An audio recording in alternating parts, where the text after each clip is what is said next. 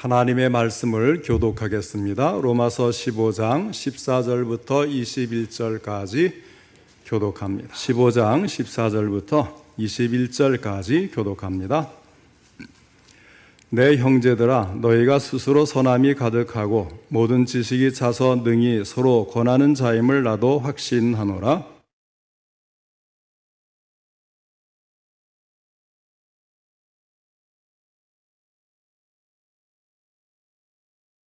이 은혜는 곧 나로 이방인을 위하여 그리스도 예수의 일꾼이 되어 하나님의 복음에 제사장 직분을 하게 하사 이방인을 제물로 드리는 것이 성령 안에서 거룩하게 되어 받으실 만하게 하려 하심이라.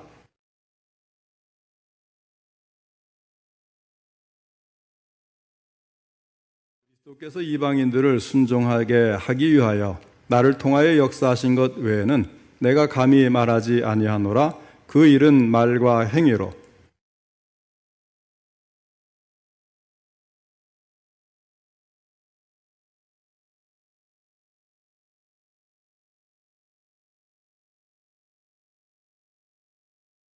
내가 그리스도의 이름을 부르는 곳에는 복음을 전하지 않기를 힘썼노니 이는 남의 터 위에 건축하지 아니하려 함이라.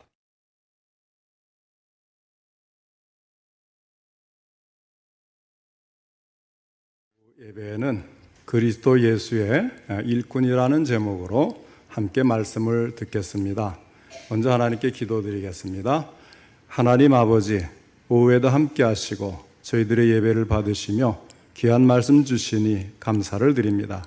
이 말씀을 통해 오늘 우리에게 말씀하시고자 하는 주님의 음성과 그 뜻을 깨달아 저희들도 실천할 수 있도록 듣고 아버지 하나님 깨달으며 믿음으로 행할 수 있게 도와주시고 또 성령님께서 함께 해주시기를 간절히 바라고 원합니다. 예수님의 이름으로 기도하옵나이다. 아멘.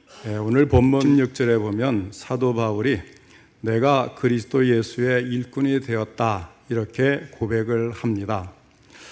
오늘 우리는 사도 바울이 무엇 때문에 자기 자신을 예수의 일꾼이라고 소개하고 있는지 또 무엇을 위해서 그가 예수의 일꾼이 되었다고 고백하는지 그 내용을 살펴보고자 합니다.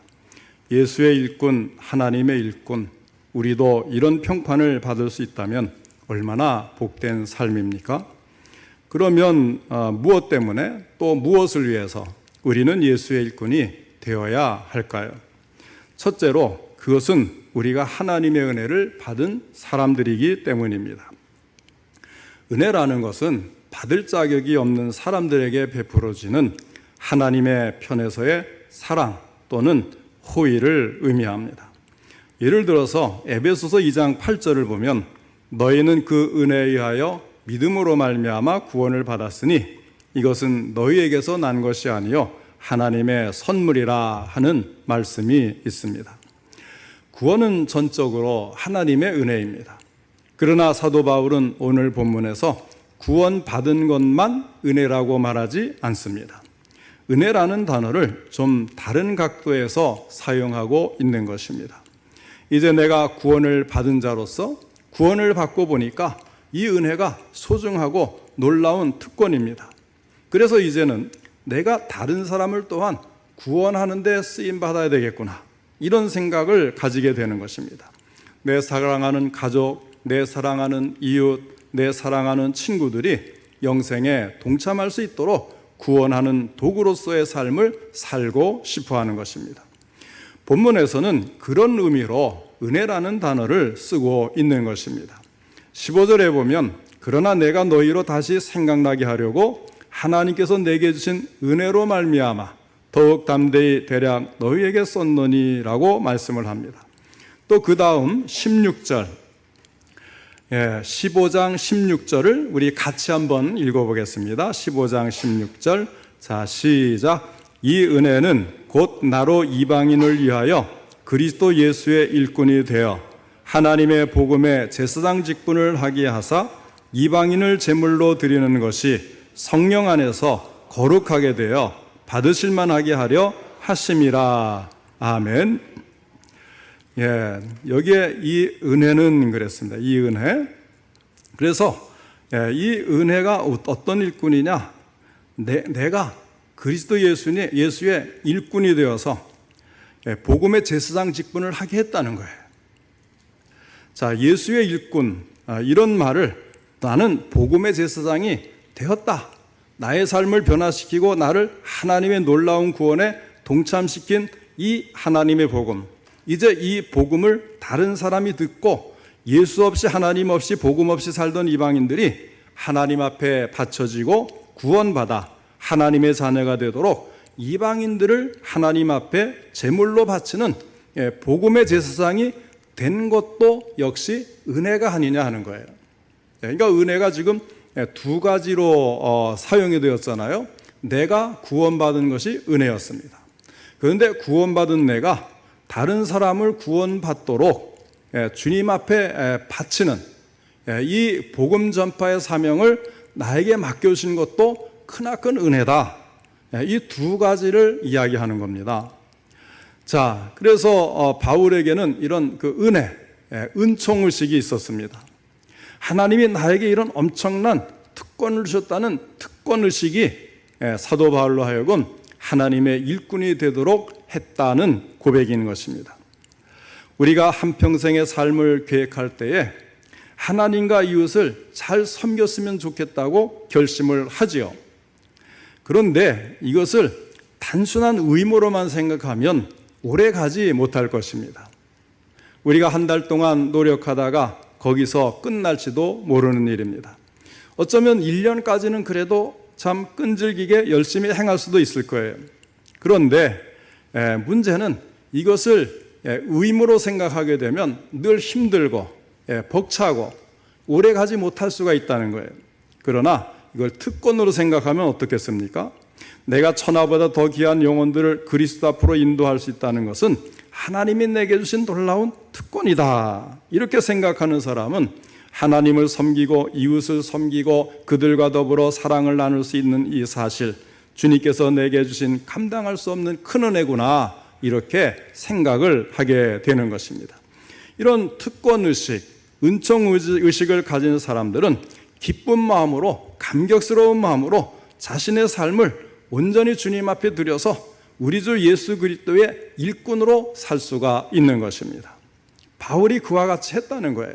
오늘날 우리 구원받은 성도들도 이와 같은 은총의식, 특권의식을 가지고 주님 앞에 내가 일꾼이 되는 것이 얼마나 놀라운 특권인가, 이런 마음을 가지고 나를 드리는 삶을 살기를 원하는 것입니다. 그 다음에 두 번째는 우리가 일꾼이 되어야 될 이유는 성령의 능력을 자랑하면서 살기 위해서입니다. 하나님을 제외시킨 계획은 악한 자랑이고 허탄한 자랑이라고 성경은 분명하게 말씀을 합니다. 사람의 자랑이 다 그러는 거예요. 고린도전서 1장 31절에 기록된 바 자랑하는 자는 주 안에서 자랑하라 함과 같게 하려 함이라 한 말씀을 보면 예수 안에서 행하는 자랑, 예수님께 대한 자랑만이 복된 자랑이라고 하는 것입니다. 우리의 지혜요 구원이요 능력이며 우리의 소망인 그리스도는 진실로 우리의 자랑이 되십니다. 진실로 예수님께 대한 자랑은 아무리 자랑해도 모자람이 없는 저와 여러분의 자랑인 것입니다. 예수님의 일꾼의 보람이 무엇이라고 생각하십니까? 내가 주님의 일꾼이 되었을 때 그것이 우리에게 가져다주는 보람이 있다면 그 보람은 어떤 것일까요? 하나님이 쓸 것이 있어서 나를 부르고 사용하신다. 부족함이 없는 하나님 아닙니까? 완전하신 하나님 아니십니까?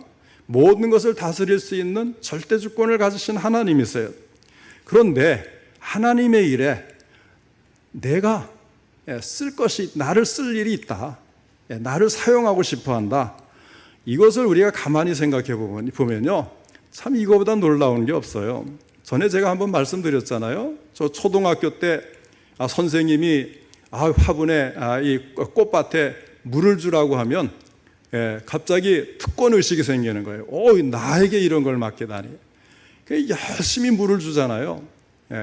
아침마다 다른 학생들보다 최소한 1시간 이상 일찍 나가서 저는 매일같이 물을 주면서 얼마나 뿌듯하고 자랑하게 생각했는지 몰라요.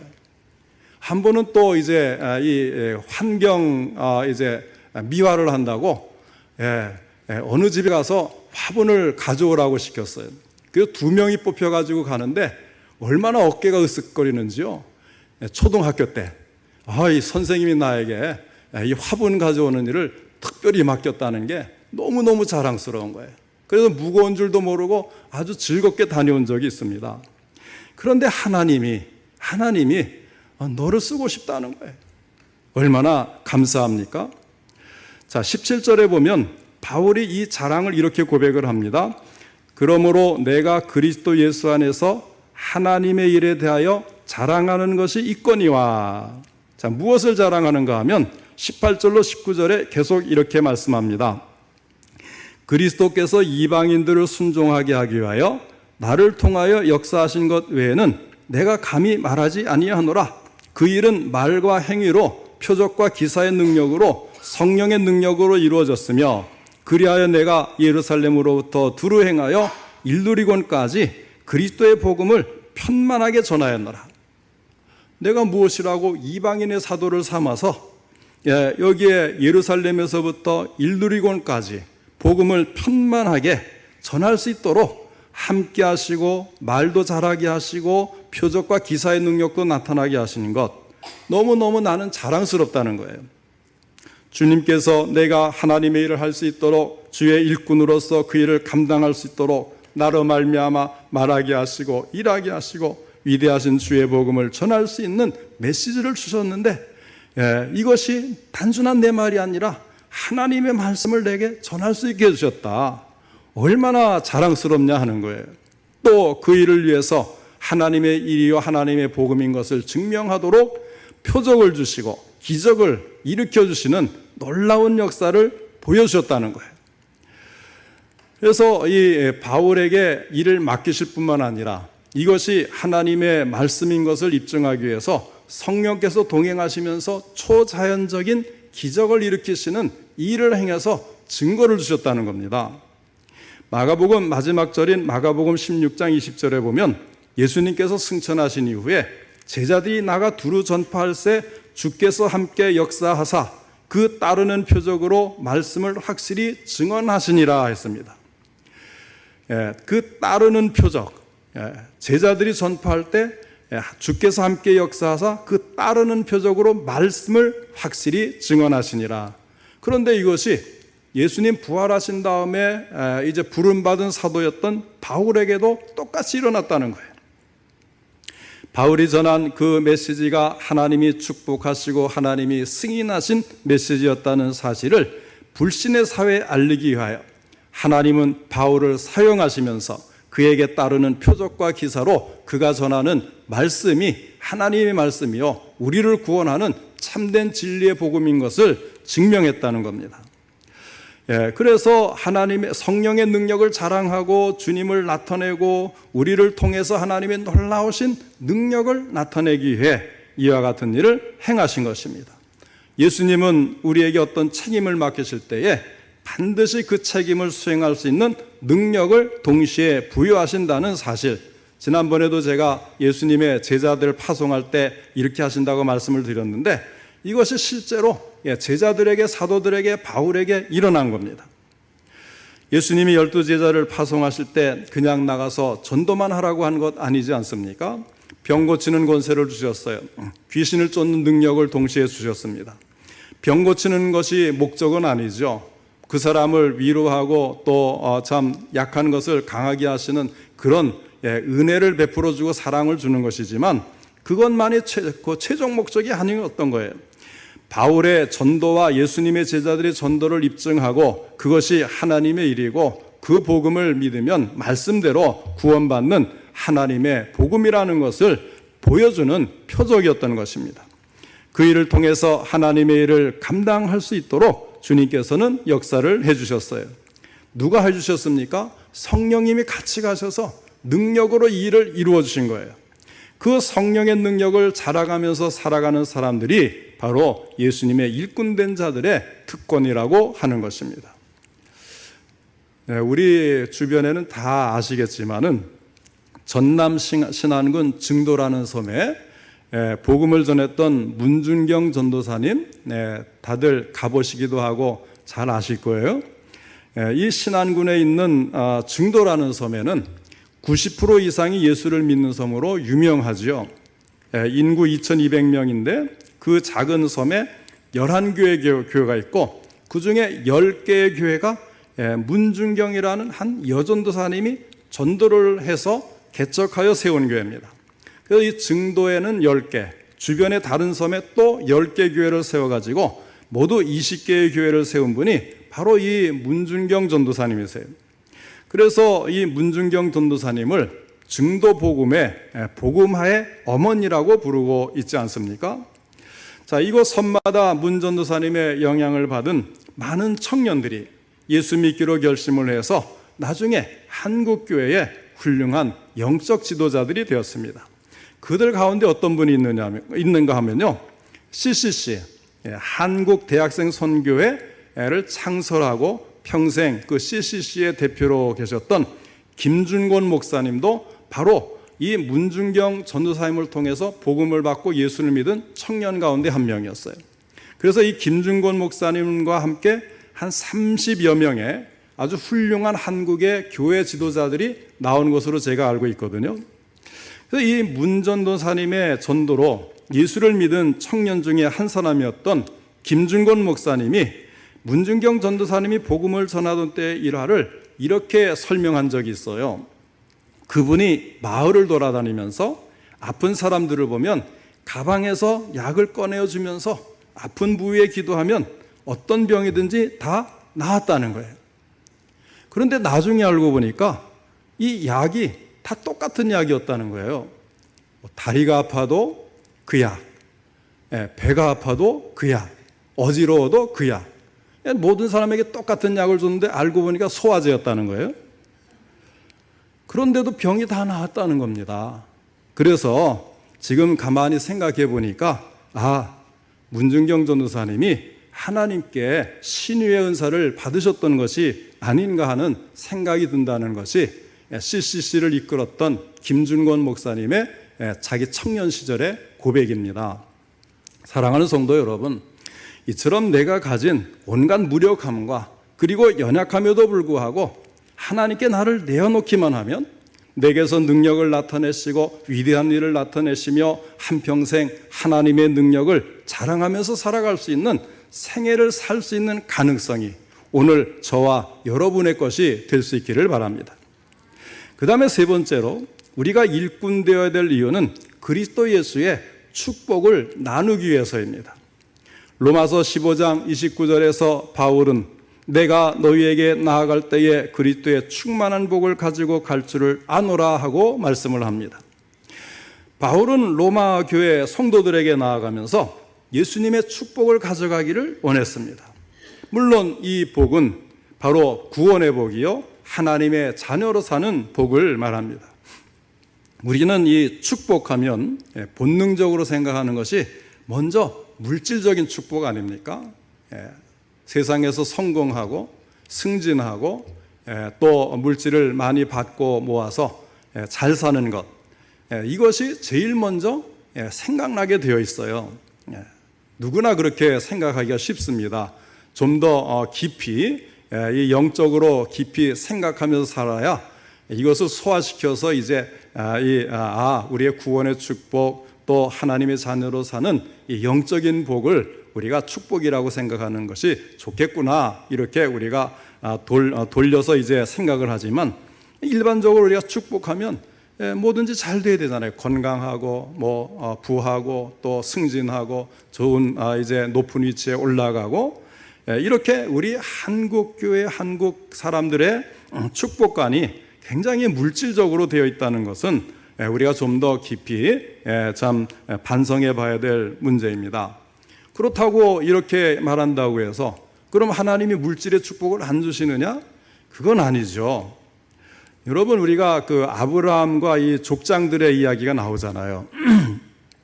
아브라함, 이삭, 야곱, 또 요셉, 가난한 사람이 있었습니까? 그들에게는 많은 짐승이 있었고 많은 하인들이 군대를 만들 정도로 뭐 178명, 187명인가요? 그렇게 군대를 만들 정도의 하인들, 종들이 있을 정도로 잘 살았단 말이죠. 그러니까 이들이 참 믿음의 조상이지만 하나님이 분명히 물질의 축복을 주셨거든요. 족장이라는 그 타이틀을 가질 만큼의 번성하는 축복을 주신 거예요. 또 우리가 성경에 참 구약 성경에 그런 축복을 받은 사람도 많지만 교회 역사를 봐도요.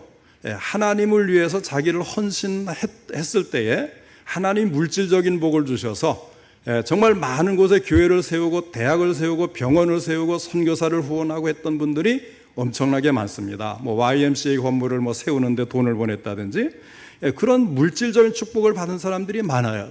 그러면 분명히 하나님은 필요한 사람에게는 물질적인 축복을 주신단 말이에요.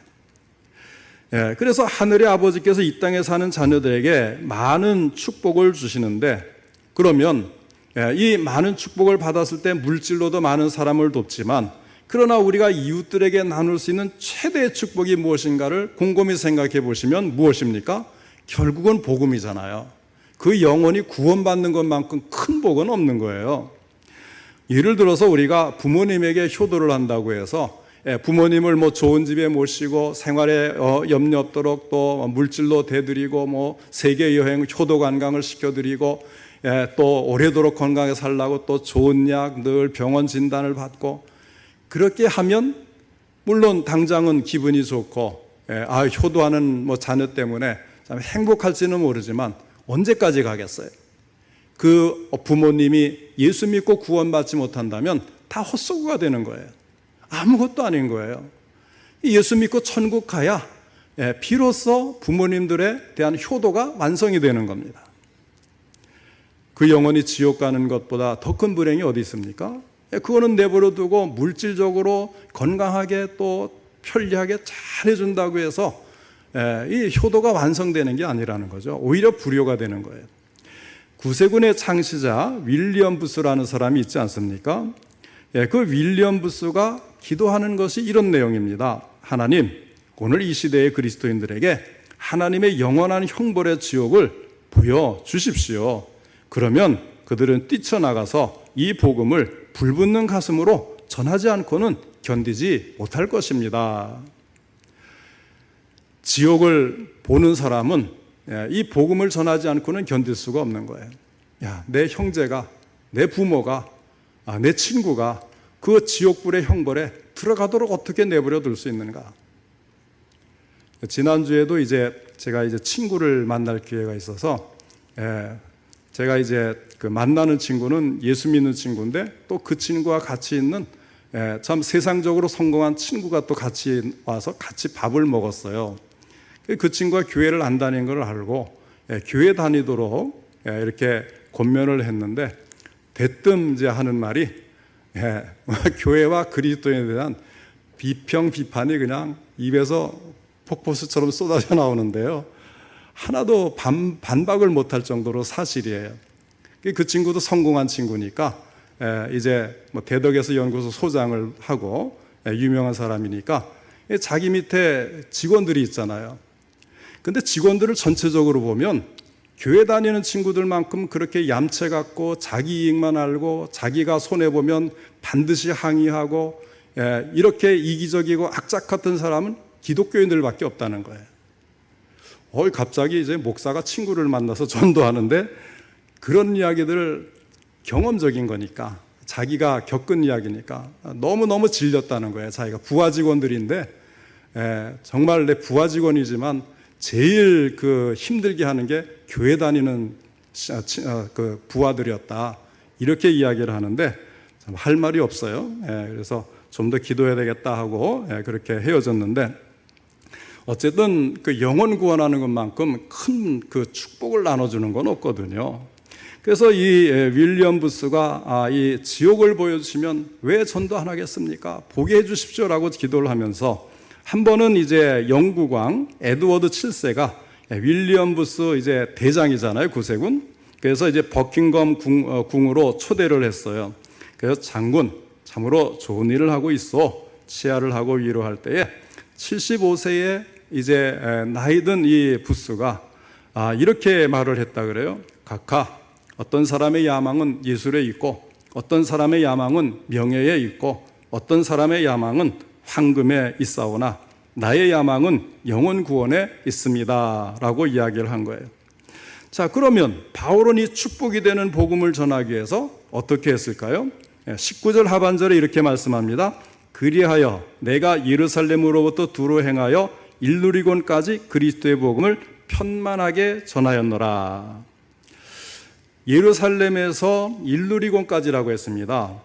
우리가 이 유럽의 지도, 중동, 이스라엘까지 지도를 보시면 예루살렘은 이제 유럽의 입장에서 볼 때 동남쪽의 끝이지 않습니까? 그러면 이 일루리곤은 어떤 지역이냐면 그리스도의 마케도니아는 그리스도의 북부를 말하는 거잖아요. 우리가 이제 북한, 남한 나누게 되면 북한에 해당되는 그리스도의 북부가 마게도니아입니다. 거기에 첫 번째 성이 빌립보 성이라 그랬잖아요. 마게도니아와 그 다음에 이제 이탈리아 북부를 지나서 독일의 이제 북부 지역 여기까지 이렇게 반달 모양으로 둥글게 가면 그게 이제 일루리곤 지역이에요. 그러니까 예루살렘 동남쪽에서 서북쪽 독일 접경까지 편만하게 쭉 복음을 전하면서 이 바울이 전도 여행을 하고 선교를 했다는 것입니다. 자, 그러면서도 이미 복음이 들어간 곳이 아닌 복음이 아직 들어가지 않은 지역만을 찾아서 남의 터를 밟지 않고 아직 한 번도 복음을 들어보지 못한 영혼과 사람을 찾아가서 그가 할 수 있는 모든 곳으로 가서 복음을 전했다고 고백을 하는 것입니다. 이렇게 바울은 정말 이 예수를 믿은 그 구원의 은혜를 감사하면서 또 나를 이방인의 사도로서 복음을 전할 수 있는 그리스도 예수의 일꾼으로 삼아주신 이것도 은혜고 그 은혜에 감사해서 나는 일루리곤까지 편만하게 아무도 복음을 전하지 않은 곳만 찾아가서 복음을 전하는 일에 끝까지 충성을 다했다는 거예요. 사랑하는 성도 여러분, 여러분은 한 세상을 살고 떠나가는 마지막 순간에 무엇을 남기고 떠나가시겠습니까? 빌딩 하나, 건물 하나 자손에게 남겨주지 못한 것을 한탄하면서 하나님 앞에 가시겠습니까? 하나님께서는 우리를 창조하시고 재창조, 새창조라는 구원의 복을 우리에게 내려주시고 천국이라고 하는 아름다운 것을 우리에게 주셨어요. 그래서 우리 천국의 소망을 가지고 지금 살아가지 않습니까? 그런데 우리가 이런 축복을 받기만 할 것이 아니라 받은 축복으로 진정한 이웃들에게 이 진정한 축복을 우리가 전해주고 이 세상을 떠나갈 때에 축복을 남기면서 떠나가는 인생이 될 수가 있는 것입니다.